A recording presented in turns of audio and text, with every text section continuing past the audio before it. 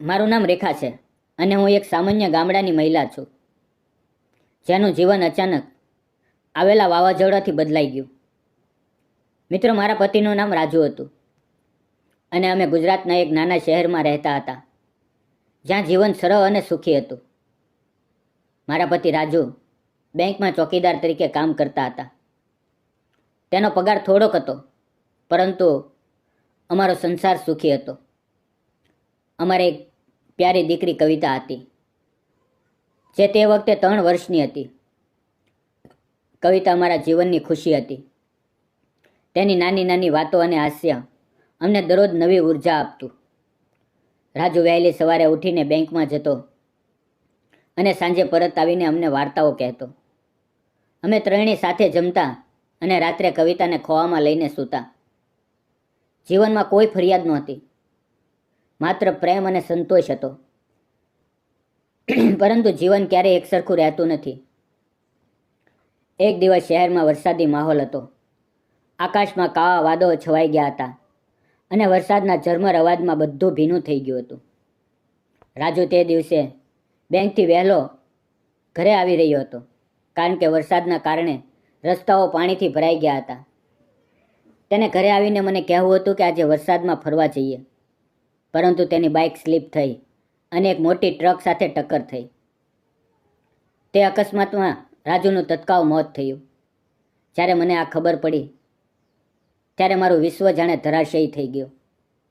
હું હોસ્પિટલમાં દોડીને ગઈ, પરંતુ ત્યાં તેનું શરીર માત્ર પડેલું હતું. કવિતા તેના પિતાને પૂછી રહી હતી, પરંતુ હું તેને કંઈ કહી શકી નહીં. મારા સાસુ સસરા તો વર્ષો પહેલાં જ મૃત્યુ પામ્યા હતા. તેથી હું એકલી પડી ગઈ અને મારું જીવન અંધકારમાં ડૂબી ગયું. હું વિધવા થઈ ગઈ અને કવિતાને ઉછેરવાની જવાબદારી મારા ખંભા પર આવી ગઈ. હવે શહેરમાં રહેવું મુશ્કેલ થઈ ગયું, કારણ કે રાજુના પગાર વિના ઘરનું ગુજરાન ચલાવવું અશક્ય હતું. તેથી હું કવિતાને લઈને મારા માતા પિતા પાસે ગામડે ગઈ. મારા મા બાપ એક નાના ગામમાં રહેતા હતા, જ્યાં તેઓ ખેતરમાં કામ કરીને જીવન ચલાવતા હતા. મારા ગામનું નામ વસુંધરા હતું, જ્યાં લીલા ખેતરો અને વૃક્ષોની વચ્ચે જીવન શાંત હતું. મારી માતા લક્ષ્મીબેન અને પિતા રામજીભાઈ મને જોઈને ખુશ થયા, પરંતુ મારા દુઃખને જોઈને તેઓ પણ રડી પડ્યા. તેણે મને કહ્યું, બેટા, તું અહીંયા રહી જા, આપણે સાથે મળીને જીવશું. હું ત્યાં તેની સાથે રહી ગઈ અને ધીમે ધીમે શોકમાંથી બહાર આવવા લાગી.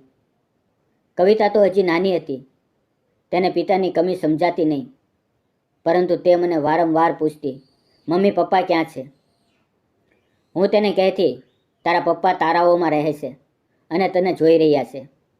આ વાતથી તે ખુશ થતી અને હું તેને વાર્તાઓ કહીને સુડાવતી. હવે મારા મા બાપ પણ વૃદ્ધ થઈ ગયા હતા અને ખેતરમાં કામ કરવું તેના માટે પણ મુશ્કેલ હતું. તેથી હું તેમને સહાય કરવા ખેતરમાં કામ કરવા જવા લાગી.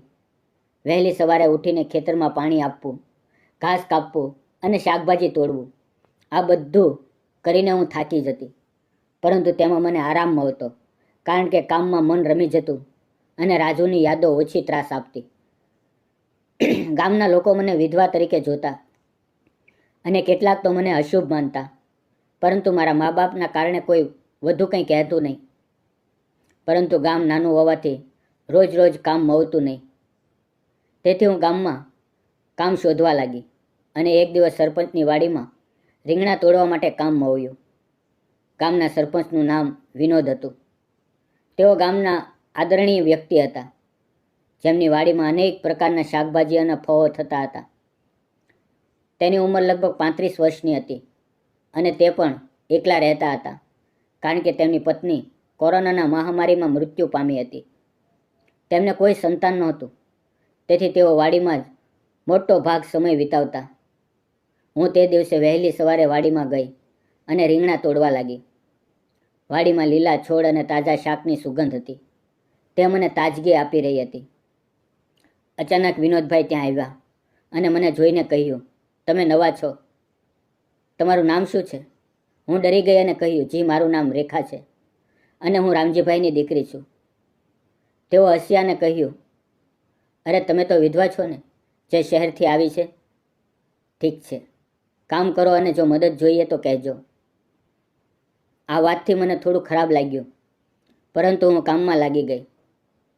તે પછીના દિવસોમાં હું અવારનવાર તેની વાડીમાં કામ કરવા જવા લાગી, ક્યારેક રીંગણા તોડવા અને ક્યારેક ઘાસ કાપવા. વિનોદ મને વારંવાર જોતા અને ક્યારેક વાત કરતા. એક દિવસ જ્યારે હું કામ કરી રહી હતી ત્યારે તેઓ મારી પાસે આવ્યા અને કહ્યું, રેખા, તમારી જિંદગી વિશે કંઈક કહો. તમે કેમ એકલા છો? હું થોડી અચકાઈ, પરંતુ તેમની આંખોમાં સહાનુભૂતિ જોઈને વાત કરી. મેં તેમને મારા પતિ વિશે કહ્યું, તે અકસ્માત વિશે અને કવિતા વિશે. તેણે શાંતિથી સાંભળ્યું અને પછી કહ્યું, મારી પત્નીનું મૃત્યુ કોરોનામાં થયું છે. તે વખતે હું હોસ્પિટલમાં તેને જોઈ શક્યો નહીં અને તે એકલી જ ગઈ. હું પણ એકલો છું. આ વાતથી અમારી વચ્ચે એક સમાનતા આવી અને ધીમે ધીમે અમારી વાતો વધી. અમે ભૂતકાળની વાતો કરતા અને જીવનના દુઃખને વહેંચતા. વિનોદ મને કહેતા કે જીવન આગળ વધવું જોઈએ અને તમારી દીકરી માટે તમારે મજબૂત બનવું જોઈએ. હું તેમની વાતોમાં આરામ અનુભવતી અને તેમને પણ મારી વાતોમાં સમર્થન મળતું. ધીમે ધીમે અમારી નજીકતા વધતી ગઈ. હું વાડીમાં વધુ વખત વિતાવતી અને તેઓ મને ચા પીવડાવતા અને ક્યારેક કવિતા વિશે પૂછતા. એક દિવસ બપોરે અમે જમીને આરામ કરી રહ્યા હતા. આંબાના વૃક્ષ નીચે બેઠા હતા. વાતાવરણ શાંત હતું અને પવનની ઠંડી લહેરો આવી રહી હતી. ત્યારે વિનોદે અચાનક મારો હાથ પકડ્યો અને કહ્યું, રેખા, હું તમને પસંદ કરું છું અને તમારા અને કવિતાના જીવનમાં આવવા માંગુ છું. મારી સાથે લગ્ન કરશો? હું સ્તબ્ધ થઈ ગઈ. મને વિચાર આવ્યો કે આ શક્ય છે કે હું વિધવા અને તેઓ સરપંચ. પરંતુ તેમની આંખોમાં પ્રેમ જોઈને હું પીગળી ગઈ અને હા પાડી. અમે મંદિરમાં સરળ રીતે લગ્ન કર્યા અને નવું જીવન શરૂ કર્યું. ગામના લોકોને થોડો વિરોધ હતો, પરંતુ વિનોદે તેમને સમજાવ્યા કે વિધવા લગ્ન કરી શકે છે અને આ વાર્તા સમાજને કહે છે કે વિધવાઓને ત્યજવાને બદલે તેમને નવું જીવન આપવું જોઈએ અને પ્રેમ સમાજના બંધનોને તોડી શકે છે. મિત્રો, વિડીયો સારો લાગ્યો હોય, વાર્તા ગમી હોય તો પ્લીઝ એક લાઇક અને જતાં પહેલાં એક કોમેન્ટ અને સબસ્ક્રાઈબ જરૂર કરજો. ફરી મળશું નવી વાર્તા સાથે. ત્યાં સુધી આવજો. વિડીયો પૂરો જોવા બદલ આપ સૌ મિત્રોનો દિલથી ધન્યવાદ મિત્રો.